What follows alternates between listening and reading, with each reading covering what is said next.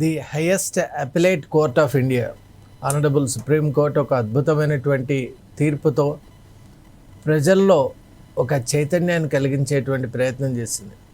అంటే మనకున్నటువంటి కాన్స్టిట్యూషన్ మనకిచ్చినటువంటి ఫండమెంటల్ రైట్స్, అలాగే ఫండమెంటల్ డ్యూటీస్, వీటన్నిటి విషయంలో మనకు ఆర్టికల్ 14 అనేది right to equality is very important. భారతదేశంలో ఉన్నటువంటి సిటిజన్స్ అందరినీ కూడా ఎటువంటి వెస్టెడ్ ఇంట్రెస్ట్ లేకుండా సమానంగా చూడాలనేటువంటి ఒక ప్రాతిపదికన ఏర్పడినటువంటి ఆర్టికల్ నెంబర్ 14. మరి దాన్ని దృష్టిలో పెట్టుకొని ఈరోజు సుప్రీంకోర్టు ఇచ్చినటువంటి తీర్పు ఒక అద్భుతం అని మనం చెప్పొచ్చు.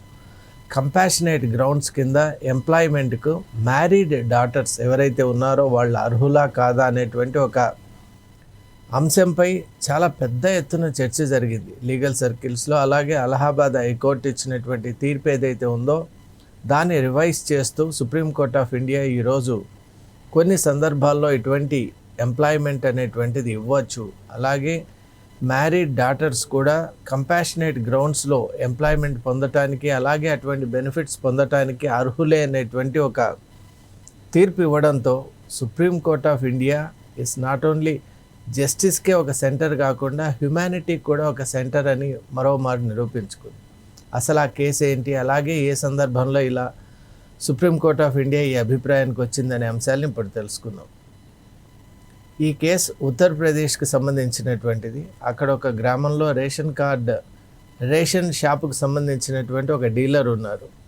మరి ఆయన ఎప్పుడైతే మృతి చెందారో ఆయన తర్వాత తల్లిని, ఆయన కూతురు తన తల్లిని, అలాగే తన సిస్టర్, ఆమె కూడా డిసేబుల్డ్ మెంటలీ ఛాలెంజ్డ్ పర్సన్ కాబట్టి ఫ్యామిలీ రెస్పాన్సిబిలిటీని టేకప్ చేస్తూ ఆ షాప్ను కంటిన్యూ చేస్తూ వచ్చారు. కాలక్రమేణా తల్లి కూడా మరణించడంతో ఆ షాప్ లైసెన్స్ తన పేరు మీద ట్రాన్స్ఫర్ చేయమని ఎప్పుడైతే అర్జీ పెట్టుకున్నారో అది కోర్టు కేసు దాకా వెళ్ళింది. అదేంటి అంటే యాక్చువల్గా ఇది కంపాషనేట్ గ్రౌండ్స్ కింద ఈ విధంగా ట్రాన్స్ఫర్ ఆఫ్ లైసెన్స్ అనేది వీలు కాదు అనేటువంటి ఒక ఉద్దేశంతో వాళ్ళు అలా రిజెక్ట్ చేయడం జరుగుతుంది. మరి ఎప్పుడైతే ఈ మ్యాటర్ కోర్టుకు వెళ్ళిందో అలహాబాద్ హైకోర్టు కూడా ఇప్పుడు ఉన్నటువంటి లీగల్ ప్రొవిజన్స్ను చక్కగా పరిశీలన చేసిన తర్వాత ఇక్కడ the daughter is already married కాబట్టి she is no longer a part of the family అని ఒక అభిప్రాయానికి వచ్చి ఈ లైసెన్స్ అనేటువంటిది ఈ సదర్ ఎవరైతే పిటిషనర్ ఉన్నారో వారికి ఇవ్వటానికి నిరాకరించడం అయిందని అక్కడ హైకోర్టు తీర్పిచ్చింది. అండ్ ఇక్కడ ఉన్నటువంటి petitioner she did not stay behind, ఇంకా ఆ తీర్పుతో సంతృప్తి చెందక హయ్యర్ అప్పీల్ ఉంది కాబట్టి సుప్రీంకోర్ట్ ఆఫ్ ఇండియాను ఆశ్రయించింది. సుప్రీంకోర్ట్ ఆఫ్ ఇండియా ఈ మొత్తం కేసును అధ్యయనం చేసిన తర్వాత ఇచ్చిన తీర్పే ఇంతకుముందు మనం చెప్పుకున్నటువంటిది.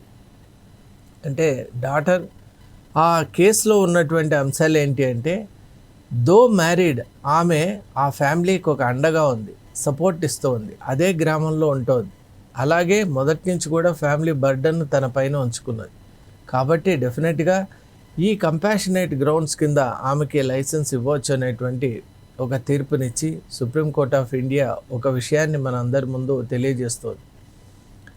ఆర్టికల్ 14 ఏదైతే మనం ఇంతకుముందు మాట్లాడుకున్నామో రైట్ టు ఈక్వాలిటీ అనేటువంటిది జెండర్ బేస్డ్గా ఉండరాదు అనేటువంటి ఒక అండర్లైనింగ్ కూడా ఈ యొక్క తీర్పులో ఉంది. అంటే ఇక్కడ కొన్ని సందర్భాల్లో మనం చూస్తూ ఉన్నాం, ఇక్కడ డాటర్ అనే వరకే ఆమె if she is married and if she is staying apart or staying away ఆమెకి ఇటువంటి హక్కులు వర్తించవు అనేటువంటి ఒక అభిప్రాయంతో ఉన్నాం. కానీ అదే if sons are staying apart or staying away, మరి వాళ్ళకు ఎక్కడున్నా కూడా ఈ హక్కు అనేటువంటిది వస్తుంది. ఈ చిన్న తేడాను గుర్తించడం అనేటువంటిది చాలా ముఖ్యం. ఎందువల్ల అంటే సటిలిటీ ఆఫ్ ఇంటర్ప్రిటేషన్ అని మనకు లాలో అంటాం. మరి ఆ ఇంటర్ప్రిటేషన్లో భాగంగానే ఖచ్చితంగా ఇక్కడ ఫ్యామిలీకి అండగా ఉన్నటువంటి వ్యక్తి మ్యారీడ్ అయినా కూడా ఏదైతే ఒక కంపాషనేట్ గ్రౌండ్ కింద వచ్చే బెనిఫిట్ ఉంటుందో దానికి ఆమె ఖచ్చితంగా అర్హురాలే అనేటువంటి ఒక తీర్పునివ్వడం చేత ఈరోజు సుప్రీంకోర్ట్ ఆఫ్ ఇండియా ఆర్టికల్ 14 ఎలా ఇంటర్ప్రిట్ చేయాలనేటువంటి అంశాన్ని మనందరికీ తెలియజేసింది.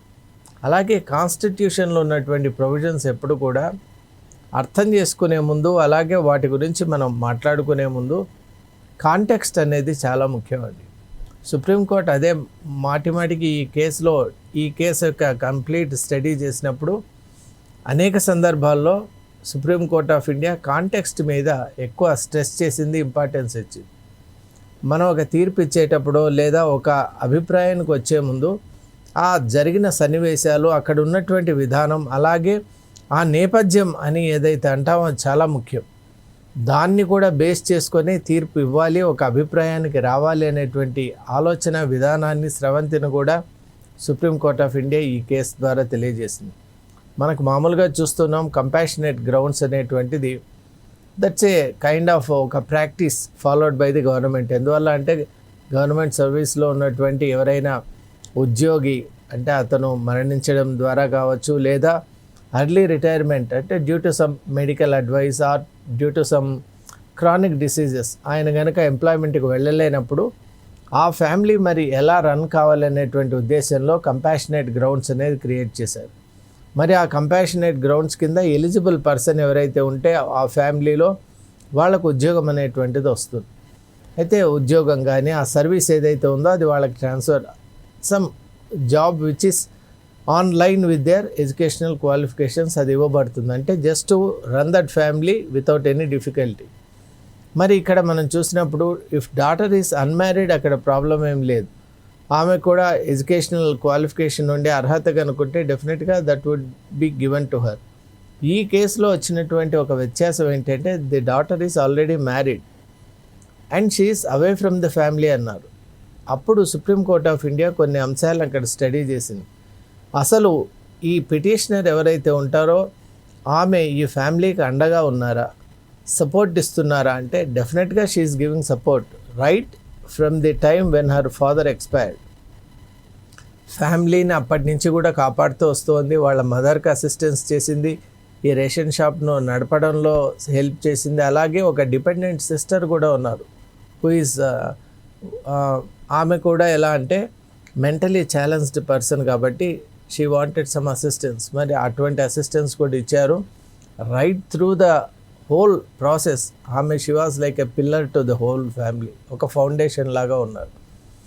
మరి ఇవన్నిటినీ కూడా మనం పరిగణలోకి తీసుకోవాలి అని ఒక కొత్త ఆలోచన విధానాన్ని సుప్రీంకోర్ట్ ఆఫ్ ఇండియా ఈరోజు ప్రవేశపెట్టింది. This is not just pertaining to this particular case. మనం ఎప్పుడు కూడా ఏఐఆర్స్ ఆల్ ఇండియా రిపోర్టర్స్ ఎందుకు చూస్తామంటే ఒక కేసులో సుప్రీంకోర్టు ఏ విధంగా అభిప్రాయానికి వచ్చింది అనేటువంటిది కనుక తెలుసుకున్నామంటే we can apply it to other situations. ఇప్పుడు సుప్రీంకోర్ట్ ఆఫ్ ఇండియా చెప్పింది ఏంటంటే కాంటెక్స్ట్ ఈస్ వెరీ ఇంపార్టెంట్. మనం కేవలం లాలో ఉన్నటువంటి క్యానన్స్ కానీ ప్రొవిజన్స్ కానీ తీసుకొని తొందరగా ఒక అభిప్రాయానికి రావటం అనేటువంటిది జస్టిస్ను మనం డినే చేస్తున్నట్టే అనే ఒక అభిప్రాయానికి కూడా వస్తుంది. అలా ఇక్కడ ఈ విషయంలో వాళ్ళ ఎంటైర్ ఫ్యామిలీకి ఉన్నటువంటి ఏకైక సపోర్ట్ ఆ ఫైర్ ప్రైస్ షాపే. మరి దాన్ని కనుక ఇప్పుడు ఈ లైసెన్స్ ఈ సదర్ పిటిషనర్ కనుక ఇవ్వకపోతే not only her the entire family will be on roads, they will be put to greater suffering. మరి ఇదంతా గమనించినటువంటి సుప్రీంకోర్టు డెఫినెట్లీ ఇలా కావాలి. ఇంకొకటి ఈ సందర్భంగా ఒక బ్రాడర్ జనరలైజేషన్ కూడా చేసింది. అంటే ఎవరైతే ఈ విధంగా కంపాషనేట్ గ్రౌండ్స్ను కోరుతున్నారో వాళ్ళ విషయంలో కంప్లీట్ ఇన్ఫర్మేషన్ అనేది చాలా ముఖ్యం. మనం కేవలం విమెనా, మ్యారీడా, స్టేయింగ్ అవేనా అటువంటి ప్రిలిమినరీ ఫ్యాక్ట్స్ మాత్రం తీసుకొని ఒక కన్క్లూషన్కు రాకూడదు. కంప్లీట్ ఇన్ఫర్మేషన్తో కనుక మనం వచ్చినట్లయితే అప్పుడు we are doing justice to the petitioner as well as to the society at large అని సుప్రీంకోర్ట్ ఆఫ్ ఇండియా చెప్పడం నిజంగా ఇది ఒక అద్భుతమైన తీర్పు. దీని ద్వారా కంపాషనేట్ గ్రౌండ్స్ ఒక సరికొత్త డైమెన్షన్ను కూడా రూపొందించుకుంది. అసలు చాలా నేరో పర్సెప్షన్తో మనం ఇన్ని రోజులు కూడా కంపాషనేట్ గ్రౌండ్స్ అనేటువంటి ఒక ప్రొవిజన్ను మనం చూస్తూ ఉన్నాం, ప్రాసెస్ను మనం చూస్తూ ఉన్నాం, కాన్సెప్ట్ను మనం చూస్తూ ఉన్నాం. ఈరోజు సుప్రీంకోర్ట్ ఆఫ్ ఇండియా దాన్ని ఒక బ్రాడర్ లెవెల్కు, వైడర్ లెవెల్కు అండ్ హ్యూమన్ లెవెల్కు తీసుకొని రావటం నిజంగా అభినందనీయం. అలాగే ఇటువంటి కేసెస్ మనకు రోల్ మోడల్గా ఉంటాయి. సుప్రీంకోర్ట్ ఆఫ్ ఇండియా ఇచ్చినటువంటి తీర్పు definitely it will help N number of people across the country అనుకుంటాను. ఎందువల్ల అంటే కంపాషనేట్ గ్రౌండ్స్ ఎవరైతే అడుగుతూ ఉన్నారో they are already in distress. మరి అటువంటి వాళ్ళకి జస్టిస్ చేయడం అనేటువంటిది అందరి బాధ్యత. ముఖ్యంగా the courts have the larger role to play. ఎందువల్ల అంటే వాళ్ళు ఇచ్చే వెర్డిక్ట్, కోర్టు ఇచ్చే వెర్డిక్టే ప్రతి చోట కూడా చెల్లుబాటు అవుతుంది. కాబట్టి ఈరోజు సుప్రీంకోర్టు ఇచ్చిన తీర్పు అన్ని కోర్టులకు కూడా ఒక ఆమోదయోగ్యమైనటువంటి మార్గాన్ని సూచించిందని నేను విశ్వసిస్తూ ఉన్నాను. Thank you.